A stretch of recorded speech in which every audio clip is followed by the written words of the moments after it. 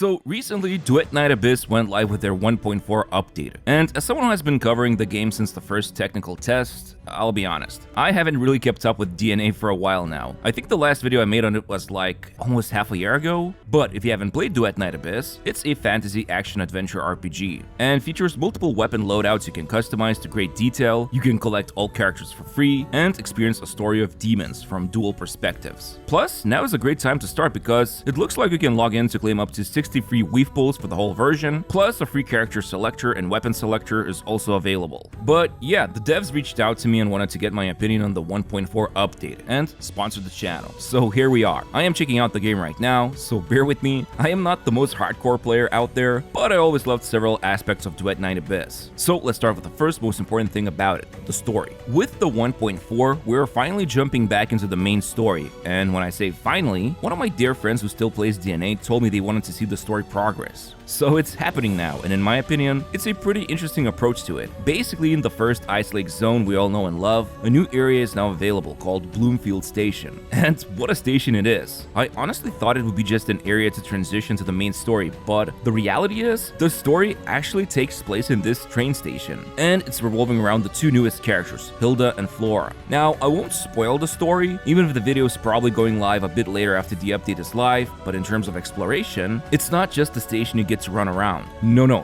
30 minutes later, I went deep into the lower Ironworks area, which is some sort of a dungeon of this area, and it was pretty interesting since there wasn't much fighting, but instead, there were a bunch of puzzles I had to solve by avoiding these steam lasers, or whatever they're called. Later on, the story transitioned to the upper area of the train station, and then even later, I was also fighting on top of a moving train, and even exploring some of its cars. In fact, some of these cars felt kinda hierarchical, like I'm talking about Snowpiercer type of stuff if you've seen the movie. Still, besides all of that, I think the story was pretty good, and the needle is definitely starting to move. I mean, look, I know Duet Night Abyss for some is a game where they just grind the stages for loot, but as someone who's not focusing too much on that, I just want to experience the story and do a bunch of cool stuff and log out. And when I checked out the 1.4 update, it felt like that was the case, at least for me. You see, the game also received a bunch of interesting changes. For example, there's these Calamity weapons, which you'd consider as just simple stat sticks, but because of the new Calamity smelting system, now there's a lot more variety when it comes to building your character in teams. For example, this Torrent Requiem rifle has 6 levels of smelting, and starting from literally 0, this rifle can accumulate Calamity resource, and once it's full, it releases a big damage wave around your character and even pulls in enemies towards it. Later on, when you upgrade the smelting level, you can pick and choose which new talents to go for, so almost like a skill tree.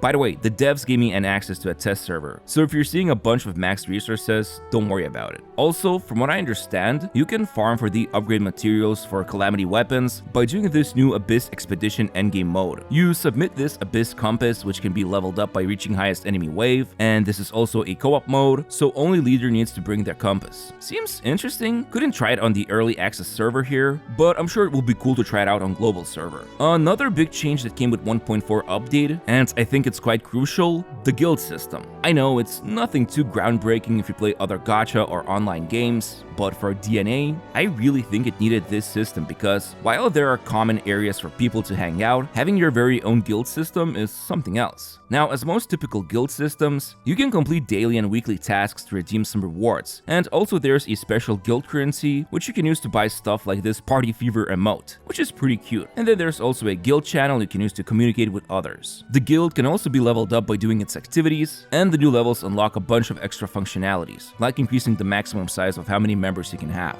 Other than that, this update also brings a couple of new characters, which I've actually mentioned a few moments ago. Now, first we have Flora. She's a royal noblewoman, and this latest story was basically centered around her. But how good is she in combat? Well, she's actually really unique because whenever she deals critical damage with a melee weapon, the enemy becomes this marionette, and they literally just stand there menacingly, not doing anything, which is great for me. On top of that, she can build up these reprise stacks and unleash stronger charge attack. However, I still think the best part is controlling the enemies. Also, her skill can be used to dash around or perform a long dash that deals damage by holding the skill, which is fine. However, the ultimate is quite unique because she creates this blossom ball field that follows around, and it will continuously consume sanity, but in exchange, melee weapons deal increased crit damage. And you also gain hit stun immunity, and those marionettes/dolls are summoned every 1 second or so. So all in all, Flora specializes in melee damage and controlling enemies. I think this design is pretty awesome, and I do remember how I used to mostly just spam ranged attacks to clear enemies, so Flora feels fresh, at least for me. And then there's Hilda. Yes, she's a maid, but come on, what's an anime game without a maid? And she's a darn good one while we're at it. You see, Hilda's skill can summon these really cool, Durtex pellers? Well, that's the weapon's name, but anyway, they rotate around her continuously and deal pyro damage. And on top of that, her ultimate can disarm the surrounding enemies and summon additional guns that follow her around, and they feel really cool to run around with. I also like her passive, which reloads ranged weapon magazine after performing a dodge, so she's like this maniac that can endlessly keep shooting with her skill, ultimate, and ranged weapon. On top of that, her signature weapon Firearm Feast felt so fun to use. And as a reminder, if you're new to DNA, you can actually farm and unlock all weapons and characters in this game for free, but the method of doing it varies. For example, starting from June 2nd, you can farm for Flora and her signature weapon in the Immersive Theater mode. And then from June 30th, Hilda and her weapon enters the Immersive Theater cycle.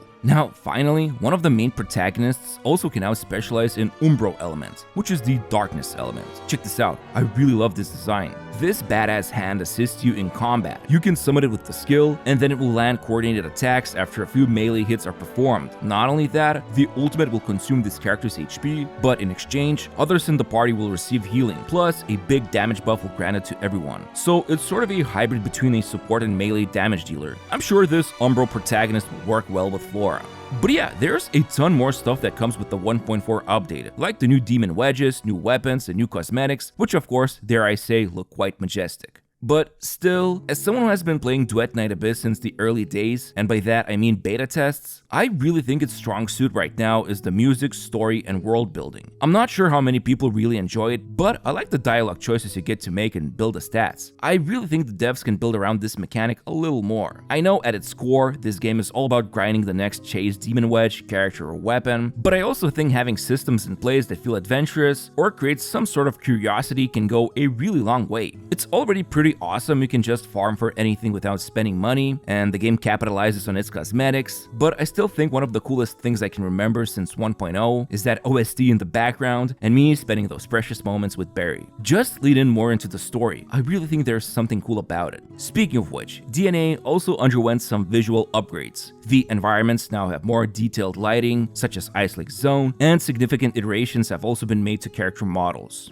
But yeah, overall, I enjoyed this latest update of DNA. You can log in to claim up to 60 free weave pools for the whole version, plus a free character selector and weapon selector is also available. And by participating in events and login events, players can also obtain another selectable character, exclusive character skins, a Demon Wedge Collection Chest, and more. So if you're interested in checking out the game, use my link in the description, download Duet Night Abyss, and start strong with all of these rewards that you can gain from 1.4 version. Thanks for watching, see you next time.